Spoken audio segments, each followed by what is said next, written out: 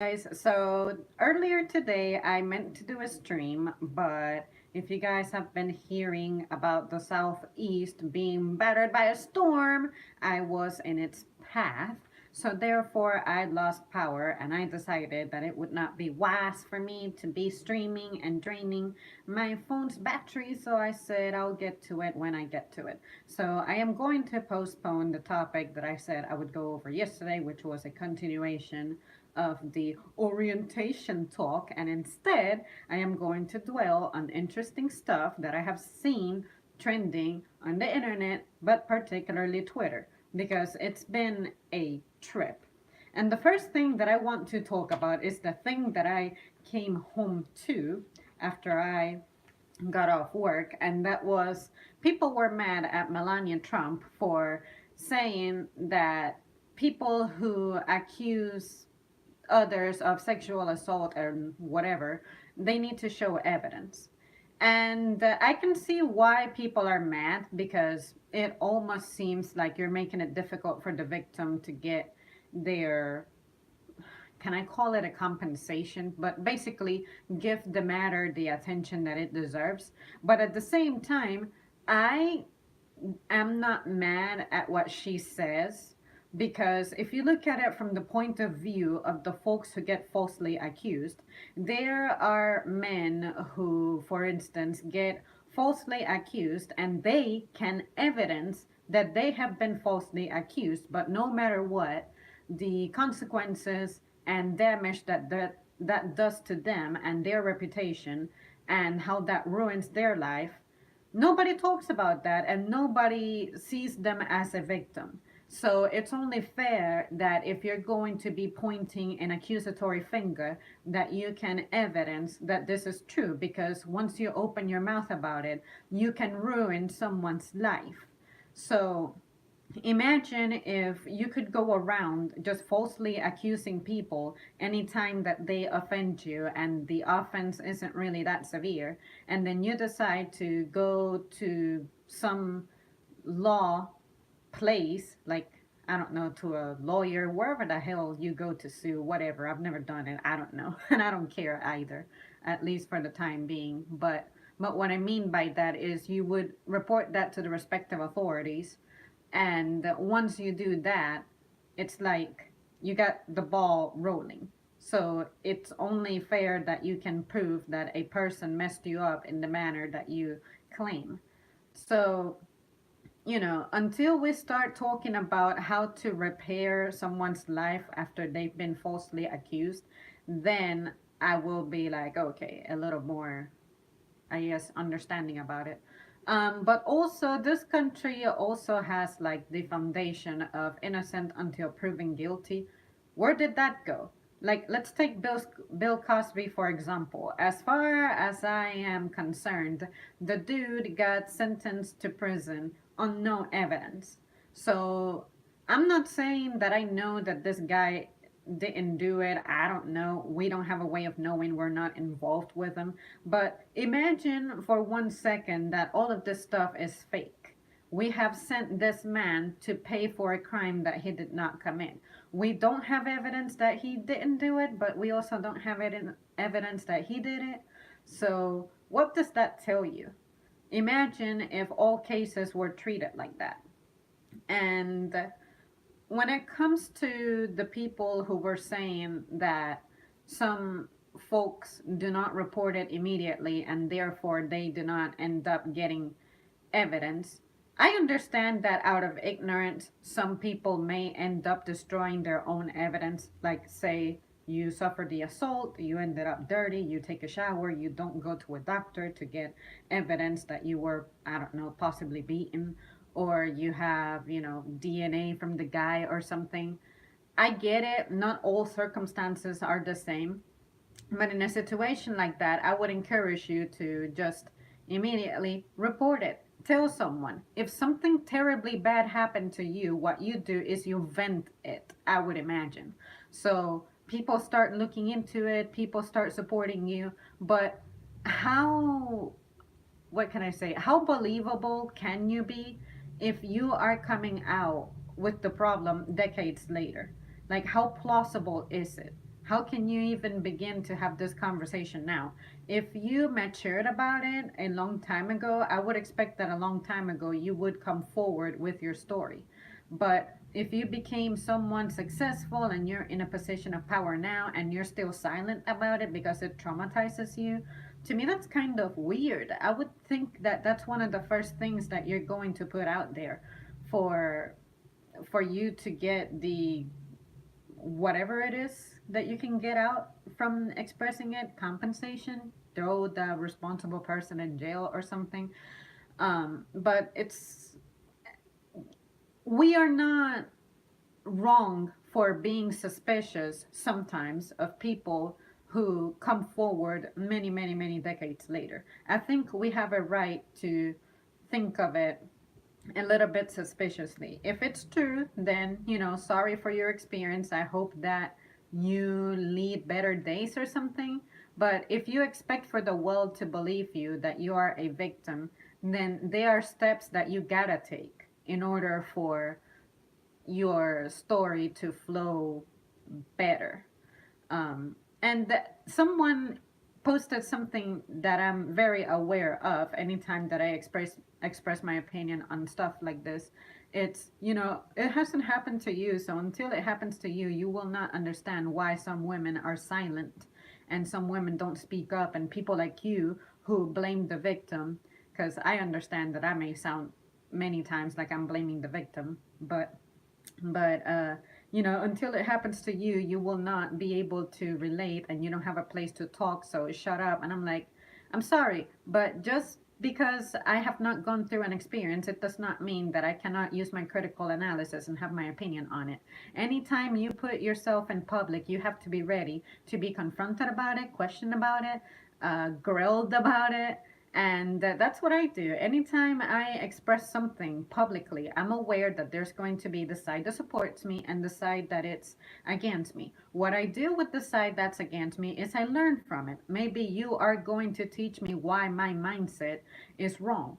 So until that happens, then I will continue to express my opinion because I believe that everybody's opinion is valid, even if it's silly and completely irrational on some points. But sometimes I feel like that's the way of a person becoming defensive because they are not comfortable with your point of view. But I'm not that person, so I cannot really speak for them. But I don't think that you need to wait for something to happen to you to be able to express thoughts on it. Like for the people who survive, let's say, airplane crashes. Just because I haven't been on an airplane crash doesn't mean that I cannot feel empathy or sympathetic about them being in an accident and the trauma that they must have suffered. I know what loud sounds are like. I know what it's like to be in a shaky situation. I know what it's like to be surrounded by fire and wreckage, period. So I think that I can express an opinion on any kind of matter. So you telling someone to shut up about their opinion just because they don't have experience doesn't make the situation any better. But anyways, let's move on. There were also some folks who say that Melania, of course, cannot speak because of her career and her background and her current position as a first lady of someone married to someone who has been accused of like terrible sexual behavior. And I'm like, look, it's like what I was saying the other day about political leaders. Everyone is going to have their shady side. So if she has good stuff to her, give her credit on it. I guess don't forget her background, but at the same time, for how long is she going to need to be representative of that if she's already come forward to talk about that? Like, how long do you have to go? Uh, what can I say? It's like when you make a mistake. Let's take James Gunn. He said his stupid shit, right? And he had already apologized for it at the time that it happened. When um until when are you going to hold him accountable for that? He got fired from Disney way later, many years after he had posted that stuff. So I don't get it. It's weird that we're trying to hold the first lady accountable now for how she came into popularity. And Steve says, what's her background? I think she's Slovene, some European nation, something like that. But anyways, so when I think about what Melania said from the point of view of someone who's been falsely accused, then I can understand why she says that it's important to have evidence. She is in no way trying to oppress women. That's what I am trying to convey here. And then other people said, well, what about children? What if children are the ones who are accusing? In a situation like that involving children, because it's children, they don't understand the law. They don't understand that they need to have evidence. They don't understand how to produce evidence or whatever. In a situation like that, I would take their word for it. And a lot of the times when it comes to children, the evidence is in their conduct. If you have a perfectly happy child who is usually playful, suddenly they become like isolated, they don't talk, they have an attitude or something, whatever the symptoms are, you know that you need to look into what's going on with that child. That behavior is not normal. When you look at stories of young people who have been involved in these terrible types of situations, they tend to show the same behavior. This used to be a perfectly happy, lively child, and suddenly they got abused. And even if they were a child with a troubled background, you can tell that they sink even farther. So look into that. But then someone else said that they experienced something like that when they were like 9 years old, and they told their mother and the mother didn't believe them. Well, in a situation like that, if the child comes forward to their parents, I think that the parents ignoring them, it's a form of neglect and child abuse. Look into it, and if you have to hold the parent accountable for it, do it. I think that the issue tends to be that we're not holding people accountable. And especially when it comes to the case of kids, you don't look into it soon enough because you think a child is making that up. Why would a child make that up? Seriously, especially if their behavior is changing and if they come to you very frightened. See what I mean? So I think that as adults, we just need to use our common sense a little more. We are letting a lot of stuff just fly under the radar, and I think that is absurd. Another thing that I saw today that was interesting was Jamie Lee Curtis and her little movie coming out about Halloween. And people were mad at her because apparently she is an advocate for a ban on weapons. But let me specify, assault rifles. She had tweeted about that some time ago. And people were trying to say that there was a Fox article or something that implied that she's being hypocritical for wielding a weapon in a movie. And I'm like, first of all, it's a movie. Movie. A movie is fake. A movie is acted. A movie is to make you believe. Just because she wields a weapon doesn't mean that she is like a hypocrite if she is against um what is it? If she is pro gun control. And she actually says that she is pro Second Amendment. She just wants to amend portions of it, such as assault rifles. Why can we get our hands on it? So, my favorite thing about this trend was that the lovely internet turned it into something comic. And that someone was saying, Hayden Christensen against child murder. How does he explain his actions in Revenge of the Sith? And that was tweeted by someone called Bobby Lewis. I think that was brilliant. And then someone else said, Dwayne Johnson wrestles under the moniker of The Rock, despite being made of human flesh. That was tweeted by someone called Cryptford. And then someone by the name of Chris Jackson tweeted, Josh Brolin wields Infinity Gauntlet in new Avengers movie, despite advocating against mass genocide. Do you see the point? You are sounding and looking ridiculous for coming after an actor for performing their profession of making you believe that they are murdering a fictional character inside of a fictional world.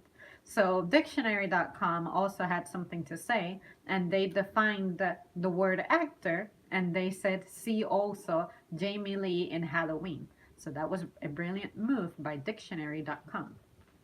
And then finally, the other thing that I wanted to go over is the trend of the day is Day of the Girl. Now, I'm probably going to sound like I'm trying to ruin the party or whatever, but the phrasing of some of these things seem to perpetuate other things. So, I'm just going to read the particular posts that stood out to me and my feelings on it and why I feel that way. So, someone by the name of shoot, did I not write the name? Oh, Humans Right Watch. That's the name of the account. They tweeted globally, 1 in 14 girls marries before age 14. So to say globally, I interpret that as around the world, meaning the United States is included, Europe is included, and every other nation ever existing in the planet. And the reason I have issues with the way that is phrased is, for me personally, in my personal experience, when I was 15 years old and younger, nobody, absolutely nobody in my group was married. No girl that I knew was married. So that means that in the United States, we have laws that are pretty strict against that. And just because there's a few sick people out there who break it, and they are perhaps members of church, that is not indicative of a major problem in this nation. So to say that globally every single country in the world has this problem is pretty misleading. And in European nations, I don't hear that this is a problem either. So I can see where you're coming from, but if you are trying to say that there are places in the world still that have underage marriages, you should phrase that a little differently as opposed to globally. I think a better phrasing would be there are still areas in the world that can move past this. But we also have to consider that not every single place in the world has the values that the Western world does. So if those places are trying to revolutionize against that method, then sure, I'm all for it. But that's just part of their culture and part of their, I guess, can I say it's a part of their religion? I really haven't looked into it, but I'm pretty sure that we know what we're talking about. So to say that it's a global problem, it's pretty misleading. So that's the only problem I had with that. And then someone by the name of Shireen said, let them play, let them cheer, let them coach, support their efforts, give them space and safety. I promise they will astound you with their magic and potential. At least as a girl from the Western world, I have been able to play sports. I have been able to be a mock cheerleader, which means I am not officially a cheerleader, but I have cheered for the teams that I root for in the few times that I have been involved in sports events. I have had female coaches, like my health teachers were usually the coaches of teams in our schools. So I see women coaching, support their efforts. Every time a woman comes up with something, it starts trending and it gets funded and it gets given all the attention in the world. I think that is a form of support. Give them space and safety. As far as I know, there is a lot of space that is given to women. Like, at least me as a female, I see guys going out of their way to leave me space when I'm walking down the street.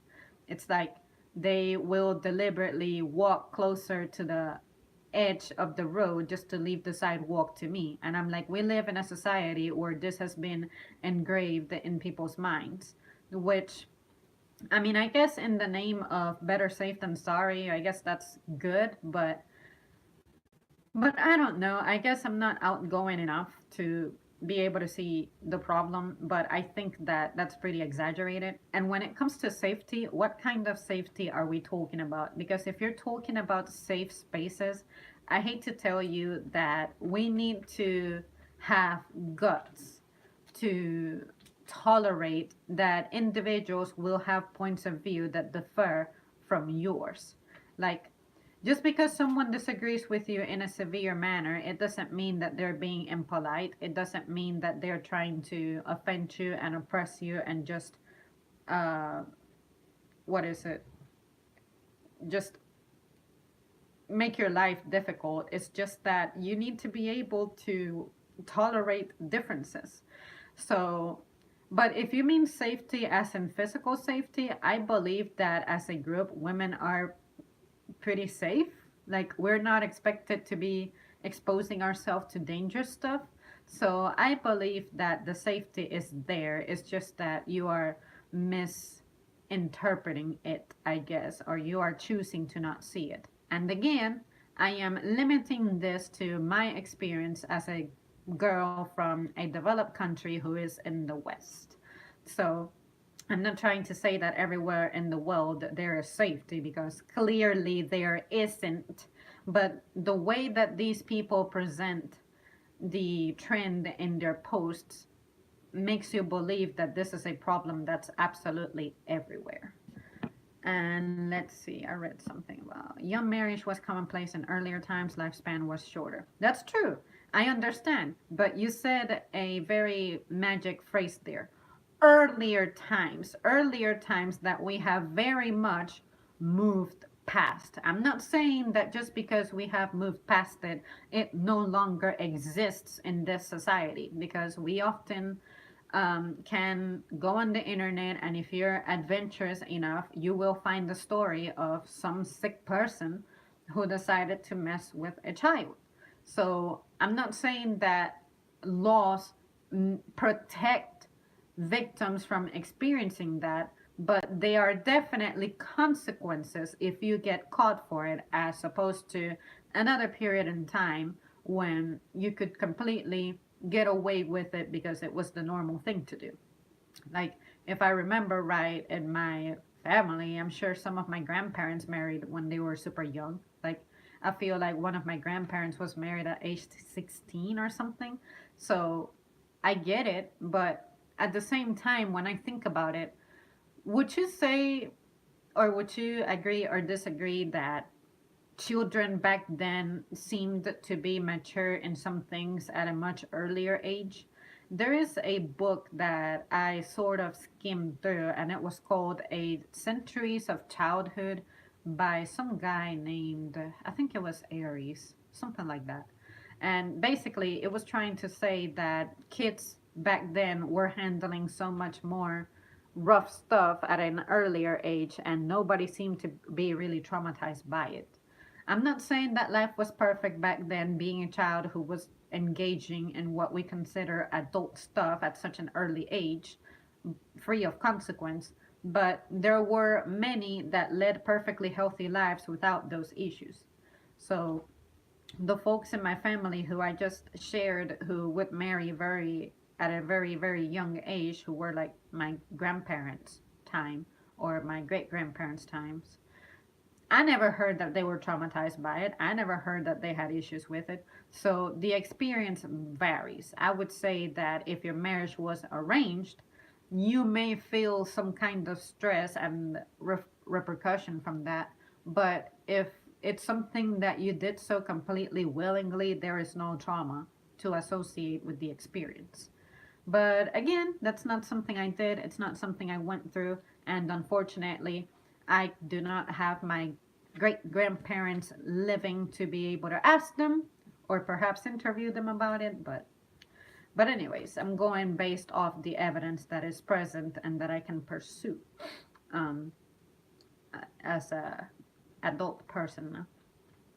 My mom was 19 when she married.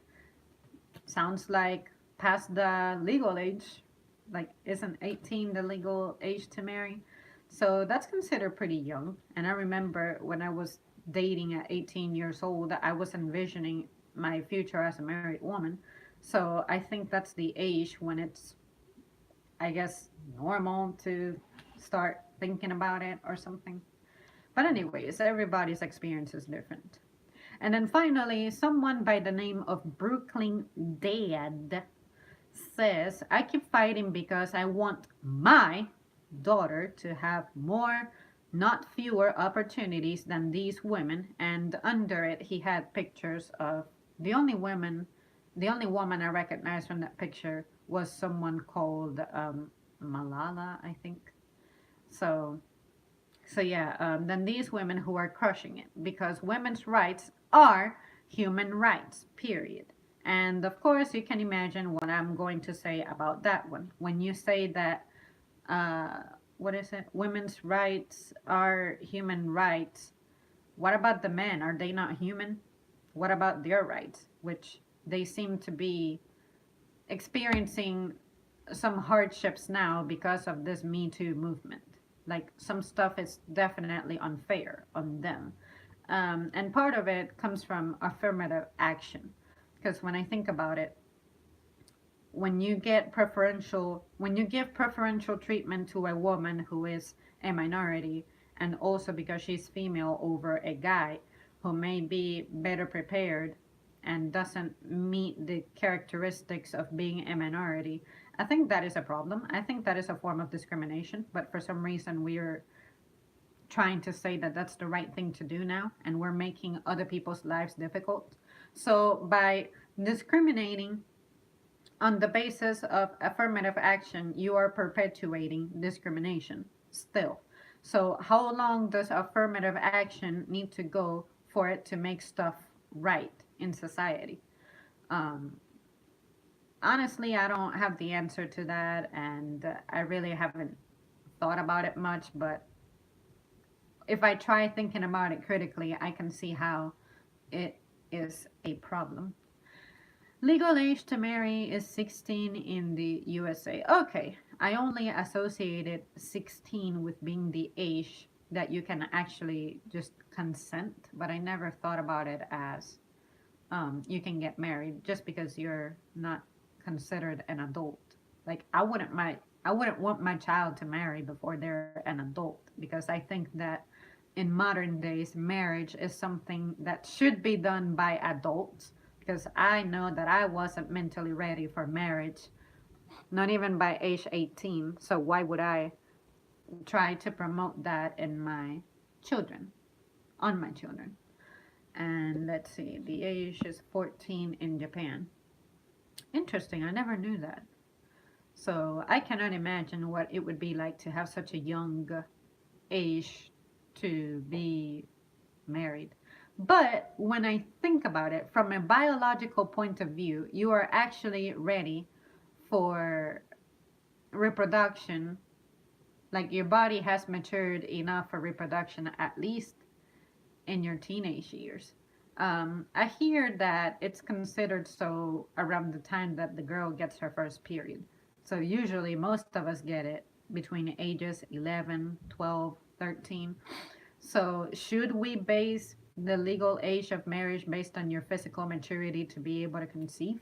Because I think the whole fun about marriage is having kids, which of course there's more to it than that. Marriage is a business, but when I think about it biologically, I want to say that your physical maturity is dictated by when your body matures physically. But again, that's not a very good thing to be led by, given that you also should be mentally prepared. And I know that by the time that I was physically mature to be able to bear kids, I was not mentally mature at all. And what about the cases of children who have gotten pregnant, like girls who have gotten pregnant between ages 9, 10? That is way earlier than my body matured. So, but then again, does it mean that when you start getting your period, that's when you're actually able to conceive? Because if these kids were able to conceive earlier than that, maybe they hadn't gotten their periods yet. I don't know. But anyways, what I know is that for me personally, that's my perception of it, and that's just the way I was raised. So that's why that's how I base my opinion on. Marriage as a business? Never thought about that. You might be right. Is affirmative action outdated? You know what? I'm not sure what to tell you on that one. I just know that it is something that definitely still takes place right now. And I think that if we're all about equality, then we should treat everyone equally and give everyone equal opportunities and not base it off your background, appearance, socio-economic status. And the reason I say affirmative action is still a thing was because my teachers were encouraging me while I was in high school to pursue a career in the sciences, given that I love it so much because I am female. Not a lot of girls are in the science fields, and that I would have many doors open just because I'm a girl and a minority. And I'm like, what the fuck? I don't feel comfortable knowing that I am being given a free ride just because of like my birth luck, which is I was born to where I meet the criteria of being admitted to college just because of my appearance. It's kind of weird. Appearance and background. It's just weird to me.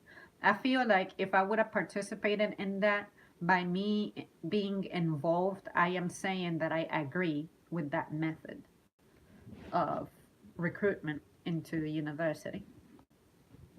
Marriage is a business. Never thought about it like that. Okay. Um.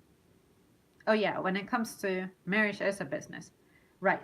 So the reason I say marriage as a business is because when you think about it, it really is. You have That's involving the government into your relationship. When I file taxes, I always notice that one of the questions is, are you married? Are you filing jointly or separately? And honestly, I don't know why that matters. I don't know the benefit of that or the disadvantage of that. Do you get more money back for that? Do you? I honestly don't know it. I just don't know. but but taxes are a business, so when they ask you about your legal status, you can immediately associate that with it being a business move. One time I was reading, this was a long time ago, I was reading something about how if you are married, for some stuff, you can actually get discounts for. I don't know what that is for, what that was for, because I read this when I was like 14 years old. Um, but but there are discounts for married couples on certain places. I don't know if it was for housing or if it was for starting a business. It was for something along those lines. They, if you had a married status, you had some preferential treatment, and I was like, I would have never thought that. Additionally, there's the aspect of the prenup stuff. Are you going to share everything, or are you going to have your stuff separate? And when you think about it, that is a huge business because when a member of the union passes, what's going to happen to that stuff? It can mean the difference between the spouse keeping it or the children keeping it, or what is it? Creditors getting it back or something. Whoever it is that picks up your stuff whenever you have debts or something. Um, or it goes to auction. I don't even know. I'm not sure. And then what else is another perk of marriage? Come on, Zam. You had it in your brain a moment ago. Oh, insurance policies. Death insurance, which they like to call it life insurance. But if you think about it, if my husband purchases a policy, that means that once he dies, I'm gonna get a fat ass check. Isn't that a form of business? Like this person is no longer alive, but I am getting a benefit out of him passing. How crazy is that? I believe you are right. You receive tax breaks. The sexy scientist. Tax breaks for marriage and children too. True.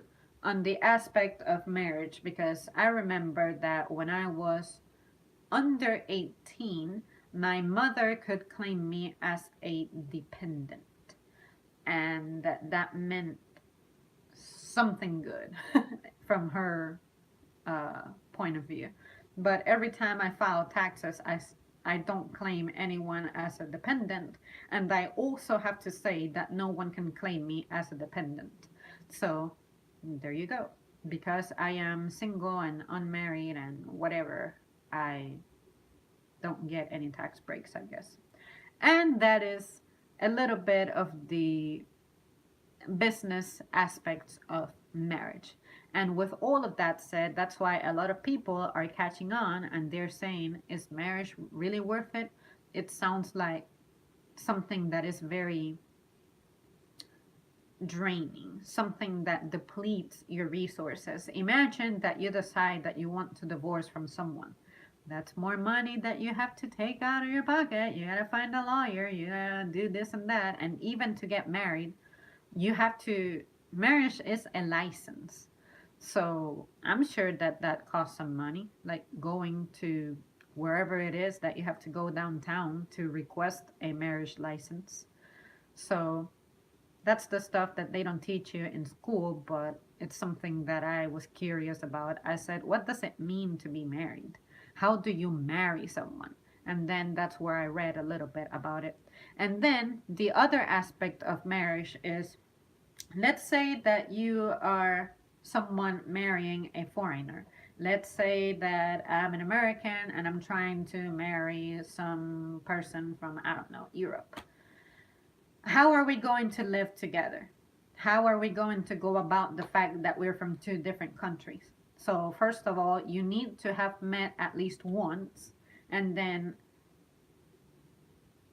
cases of marriage are actually prioritized when it comes to the citizenship business, especially if there are children involved. So that's another aspect of marriage being a business. It's like if I were to decide that if I marry a guy from Europe, I want to live in Europe, then I have to request the citizenship stuff, pay the fees that's associated with that, so that I can legally leave my country to be living with my husband and also being able to work, and vice versa. If my European husband decides that he wants to come to the USA and live with me, same process. He needs to request the citizenship stuff, and that stuff can take up to a year or something, and it's another business. It's a whole nother mess. But yeah, I only know about that because I have researched it. I have been curious. I know foreign people, and who knows? What if someday I find myself in that situation where I'm trying to get um, a guy from another country? Like, how do I get involved with this person when we're not in the same country? But anyways, a divorce could make a woman rich in some situations. Absolutely. And that's crazy to me because a woman can come from nothing and you happen to marry the right guy, they can fix your economical situation super fast.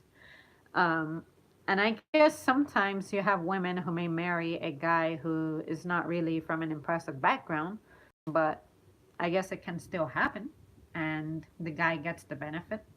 It's a business. I guess marrying makes you entitled to the other person's life, especially based on the decisions that you make when it comes to doing stuff jointly or doing it separately. So I guess as as a society that's living a pretty stressful life these days, maybe that's why marriage is losing its appeal because people are realizing the business side of it. In older days, I guess it wasn't as complicated because education was better. People were actually told how this stuff works. People actually had money. You could work anywhere and you could make ends meet, um, without having to work multiple jobs and being heavily indebted. All that good stuff that the boomers took away. Put it that way. I'm gonna throw shade at them. For instance, if you married Mr. Clooney, is it bad that I don't know where George Clooney is from? Is he supposed to be? I don't fucking know. I'm not even gonna try to guess. I've never actually heard his voice actually, either. So I don't know what to tell you. So no, I have not seen his Batman movie or any other movie whatsoever. And while we're talking about Clooney, I am going to express the unpopular opinion of me thinking that he is not that attractive, neither young nor older. Now, I have to admit he has a good body shape. Like, yeah, good body shape. But outside of that, I am confident enough in my sexuality to say that I don't find him attractive and I would not give in to him. If that makes you feel better. Um, but anyways, that was completely random, but I thought I would share that because I feel like that is an unpopular opinion. In school, I heard one of my teachers talk about George Clooney. So, Vince Vaughn. Is it bad that I don't know who he is either? I guess I've seen movies with them on, but I just don't recognize them as such. I know for sure that I haven't seen Clooney, but when it comes to actors and actresses, only some 3 years ago did I start paying attention to the names of actors and actresses. But I want to say that the first cast that I knew the names of when it comes to movies was Harry Potter. I noticed Daniel Radcliffe and Emma Watson and Rupert Grint, and after that, I didn't know anyone else. And then in 2014, I remember learning about Matt Lewis, and that's pretty much it. I saw The Count of Monte Cristo when I was like 15 years old, and I did not know that Henry Cavill, Superman, was in it. I only learned about it when he was trending for something and I clicked on it. And in the article, it said Mr. Cavill, who participated in The Count of Monte Cristo so many years ago. And I'm like, Henry, what? What? No, no. And then I looked him up and I'm like, holy shit. Before he had all that protein and pumped a lot of iron. You know, I just didn't know. I don't pay attention to that. When I would watch a movie, I just saw the action, but I could not really follow the plot. What I mean by that is, what was the objective in the movie? I would see the action of homes exploding, planes crashing, but why was that happening? Like movies about espionage and whatnot. I did not understand the political aspect of it that led to those events. Because as a kid, all I would do was watch movies for the action. But anyways, that's to give you an idea why I am bad at recognizing people in movies and why I don't recall plots in movies very well. And that is why I roast myself in the beginning of every movie review attempt that I try to do. And I say, I'm going to try it. I know I'm bad at it, but I'm still going to try it. And that's why, because I was just not a good movie watcher, put it that way. I know that sounds maybe crazy, terrible, so I don't know. He was in Wedding Crashers. Never heard of it. Never seen it. If Harry Potter and Hermione had a baby, would it be cute? Okay, I'm gonna ruin this for 1 second, alright? But have you ever met someone, or I should say a couple, that for some reason the couple is hot as hell, the parents to be, but they have children and their children turn out to be ugly motherfuckers. Have you ever seen that? Has that ever happened to you? Because I, I have actually met couples who they have kids, and I think, wow, why do the kids look so unlike their parents? And then when I think about it, and I put my scientist coat on, I'm like, well, alleles, genetics, traits, inheritance, etc. You don't immediately inherit your parents' traits. It can come from anywhere. It's like, why is it that two brown eyed parents can still have blue eyed children? It's because the parents carry the allele for it. So yeah, it's like, why are you turning out to be so unattractive? Or maybe the mix of the parents just produces a completely different face. But that's one of my fears sometimes. It's like, I think I'm pretty, and I would imagine that my husband would be handsome too. But for some reason, we have an ugly ass baby. No parent ever really says that their kids are ugly, but it's that bias of I love my child no matter what. But as third people, we're going to tell you the truth. But nah, just playing. It's not the children's fault. But anyways, to answer your question, I would imagine that Harry and Hermione would have cute children, but who knows? And honestly, I am one of those Potterheads who think that Harry and Hermione should have ended up together. And I guess that Rowling herself said, I regret that I did not hook them up. Damn you, you ruined my childhood. If you see the new Halloween movie, please do a review. Count on it. I feel like I may pass on it, but I don't know. I might see it. I might see it. I'll let you guys know. P.S. Wedding Crashers is very funny. Shoot. Is that a heavily romantic movie or is it a comedy? Because I'm not very wild about certain genres of movies. My favorite genres are action and I guess I'm messing with horror now, but if it's you say comedy, okay. I can somewhat tolerate it. Not every single comedy movie bores me, I guess, but I'm not too fond of them either. Anyways, guys, I have to bail on you now because it's starting to get a little late for me and I have to get prepared to go out. But thanks so much for tuning in, and I cannot wait to hear what you guys have to say on what the topic of the stream was because I know that it's a particularly sensitive topic. And this is an opportunity for me to learn in the event that my opinion is a little bit on the closed minded side.